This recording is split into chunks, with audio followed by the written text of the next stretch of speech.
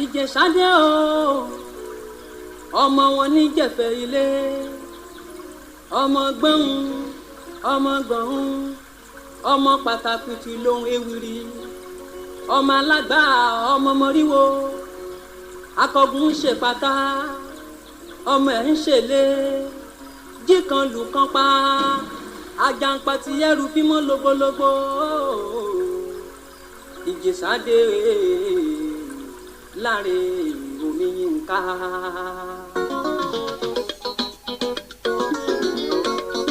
Ìjẹ̀ṣà ti dé. ẹlẹ́mẹ̀ni tó ń pè ní Ìjẹ̀ṣà níbi kan ṣàwádà alágbàdá ọ̀kan sáni mọ́tà kò bá mi lé sí o olùkọ́ kò bá lóde. Ìjẹ̀ṣà láre omi Yínká bàbá àwàdà àmì àgbọ̀n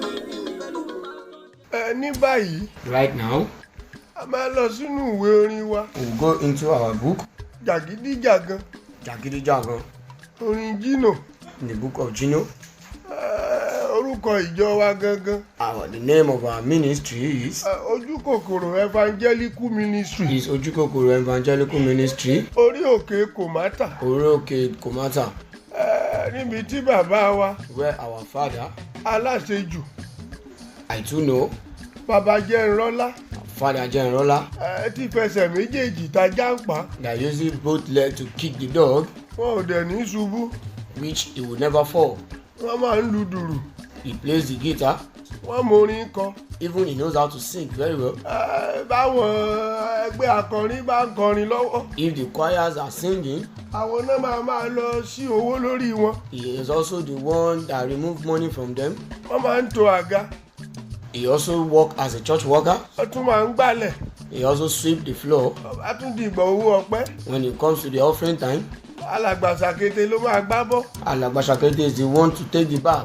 wọn kì í ṣe nǹkan kan lẹ́yìn bàbá wa And nothing can be done except our father is there. jack of all trades ni wọ́n. Ohun gbogbo ni bàbá wa mọ̀. wọ́n lọ́kànjúà He's very greedy ṣùgbọ́n wọn kì í jalè and he doesn't steal. wọ́n bá dẹ̀ fowó rán wọn sí èèyàn When they send him money to somebody, tí wọ́n bá fowó rán alàgbà sí èèyàn to give somebody money, wọ́n á yọ tó 80%. it will remove up to 80% of the money.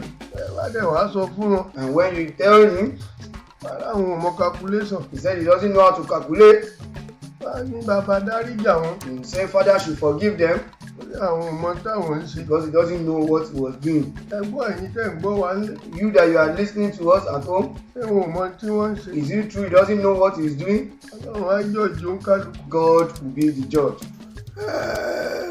tí ó bá a bá ń ṣàjọ̀dún ní chọ́ọ̀chì Whenever we are doing anniversary in the church, à ń so oúnjẹ èrò tó pọ̀. when we are cooking a large portion of food, bóyá alàgbà wa rán èèyàn ní ìsebẹ̀ or whether our father now sent someone the seasoning, bóyá nìyẹn wá lọ ra eléyìí tí kì í ṣe Jíno and that person went to get the one that is not Gino product, ogún dé nìyẹn that person is in trouble. odidi oṣù kan ni wọ́n máa fi sọ. For a whole month, that person will be in trouble, àfi tó tọ̀hún bá lọ padà ra Jíno smart seasoning wá. except if that person went back to get that Gino smart season. tó bá tiẹ̀ wá ra Jíno smart seasoning ọ̀hún dé Even if you get the Gino smart seasoning tí wọ́n tún lò ó and they use it táwọn èèyàn dẹ̀ jó oúnjẹ yẹn and people eat the food tí wọ́n láìkí ẹ̀ and they like it, àti wọ́n sọ pé alàgbà they're saying, Father, àwọn fẹ́ràn oúnjẹ yìí they like this food, síbẹ̀síbẹ̀ náà yet alàgbà sì máa sọ̀rọ̀ ẹni yẹn fóṣù kan. our father will still talk about that person for 1 month. èmi ò mọ̀ bóyá àrísì yẹn ni wọ́n fi ń pè wọ́n Daddy Jíno. We don't know if that is the reason why our father is called Daddy Gino. àmọ́ bóyá wọ́n ṣiṣẹ́ fún Jíno ni. We don't know if he's working for Gino. Olúwa wà pẹ̀lú wa. May God be with us all. gbogbo àwọn ẹ̀bùn tí wọ́n ń fún ṣọ́ọ̀ṣì All the gifts that are presented to the church, etí la máa fi gbọ́ we only hear it, a kì í fojú rí. we don't ever see it. àwọn náà ni wọ́n mọ ibi tó ń kó sí. Our father is the only one that knows where he keeps them. iṣẹ́ bàbá wa nìyẹn. That's our father's work. lògbòlògbò lálàsí. That's our father. ẹni pọnmi àbọ̀ ń wà yọnu. That's Elliot. bàbá wa nìyẹn. That's our father. mo ní ká fìbínú lọ sínú ìwé orin yẹn. He said we should go in annoyance to the book, ká má gbára wa lákòókò. that will not take our time. ṣé gbogbo àwọn akọrin ti rẹ́dì. Hope the choirs are ready. bàbá wa làgbà Ṣàkété. Because our father Alàgbà Ṣàkété Ìṣe pé wọ́n gbádùn dáadáa náà. is not that alright. Wọ́n máa ń gbáyà àjọ lójú. He slaps anybody that misbehaves. Wọ́n máa ń fọ̀gà akọrin fàṣẹ. Even the choir master, he beats him.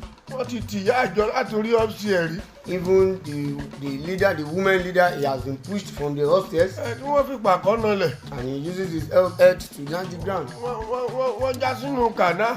He fall into the canal. A mọ̀ pé kànáà lídì sí kànga. You never know that canal leads to Conga. Àfi jùà Straight down. làwọ́ bá lọ. I will A dúpẹ́ lọ́wọ́ Ọlọ́run. we thank God.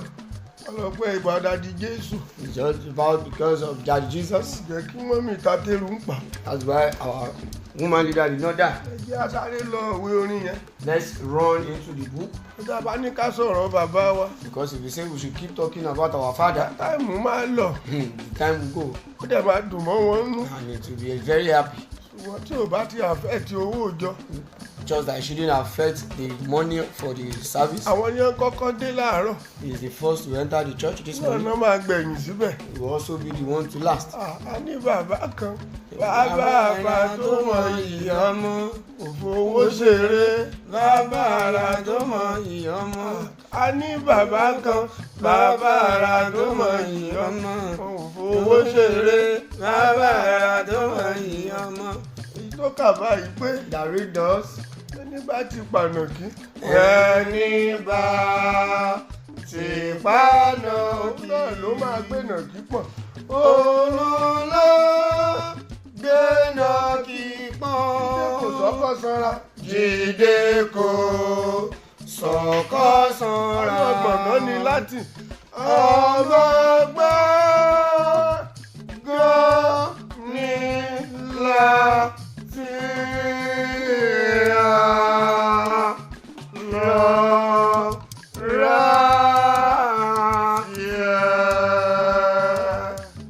Ẹ jẹ́ ká fi tìpátì kúùkù. Let's go with full force Abọ́ sí verse 2.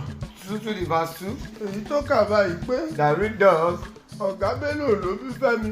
Ọ̀gá Bello bí Fẹ́mi. Àmọ́ Ìbàdàn l'Òṣùpá. Ọmọ bá dọ́lọ́ṣùpá. Ẹ máa fi Jíno ṣe bẹ̀. Ẹ máa fi Jíno ṣe bẹ̀. Ọlá ìyá kì í jẹ́ dìyẹ. Ọlá ìyá kì í jẹ́ dìyẹ. Ẹ á di ẹ̀ díẹ̀.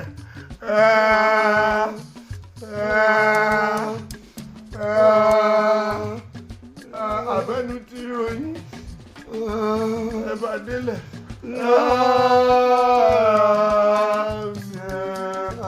Mo kí ẹ̀yin èèyàn wa. We greet you, our people. Pẹ̀lẹ́ alàgbà Bọ̀dé. Thank you, sir. Ṣé kò sí pírọ́blẹ̀mù? At all, sir. Bí ọkàn mi yin Ọlọ́run lógo. Our father says his heart rejoices in the Ẹ Lord. ṣe rí nígbà míì. At times, Àwọn èèyàn máa ń ní mo burú. people say that our father is so wicked.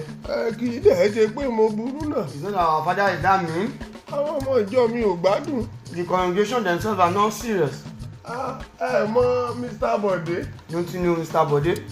Mr. Bọ̀dé pérépéré. That's his name. Alàgbà pérépéré. That's his name. Wọ́n máa ń mu nǹkan. Ṣùgbọ́n ìgbà míì, At times, a bá ní alàgbà Bọ̀dé. when we say Alagba Bode, Ẹ ń mu nǹkan. you say you take something, Ìjà ni wọ́n máa dá sí. they will start fighting. Ẹ rí wọ́n máa change ojú bí aago. They will change his face. Wọ́n máa wá yíjú lọ yíjú bọ̀. He will now be turning his eyes Bí akéde ọ̀pọ̀lọ́. like a town crier of a frog, Bí pèsè lèèyàn purọ́ mọ́ wọn. as if someone is lying in him. Ìyá àjọ náà ń jalè. Our woman leader is also a thief. Ẹ ṣàyàn Ọlọ́run lógo. Allahu Akbar. Ìyá àjọ Mother in Israel, a bá ń ṣàjọ̀dún. when we are doing anniversary, Gbogbo báàgì náà máa fi kẹ́ran relé. all he uses bag to pack meat, Gbogbo àwọn ọtí ẹlẹ́rìn dòdò. all the fruit juice, Ìgòtìgò ni wọ́n máa kó. he goes with them with bottles. Bẹ́ẹ̀ bá dẹ̀ sọ pé hà When you say á lÓlúwa ní ń fi ṣe. they say God wants to use it. Èyí tó jó lórí àwọn akọrin. The choir master, Ó ta gìtá mẹ́ta. He sold 3 guitars. ó tà fáwọn bíríkìlà. He sold them to the bricklayers. ẹ máa wo nǹkan tí mò ń sọ yìí o. Look at what we are saying. àwọn èèyàn ń pé mo burú o. People are saying our father is wicked. nígbà mo wá sáládà lápá. When our father caught him ó fi pàkọ́ nalẹ̀. and he fall down, ọ̀rọ̀ wọ̀ yẹn ṣe lọ́sibítù. they can't rectify the hand in the hospital. a ṣàdúpẹ́ lọ́wọ́ ọlọ́run. We thank God. ọwọ́ kan tó kù. The only hand that is remaining tó fi ń tẹ dùrù. was using it to play the ẹ keyboard. wo mi ò mẹjọ́ rò. Means our father don't know how to talk. mi ò kì í fẹ́ máa sọ̀rọ̀ lọ́rọ̀. He doesn't want to talk what it doesn't concern kò him. mọ́ mi lára ni. Our father don't know how to do that. ẹ wò ó ṣé mi ò sọ̀rọ̀ jù sá. Hope our father is not talking too much nítorí àti ìbẹ̀rẹ̀ wàásù. because we've not started the preaching at all. ẹ kí la fẹ́ sọ̀rọ̀ nípa What ilé we ni. want to talk about today, ẹ our mọ̀ pé father mi ò kì í dédé sọ̀rọ̀. you know our father don't just talk mi anyhow. ò kì í dédé wàásù. Our father don't just preach.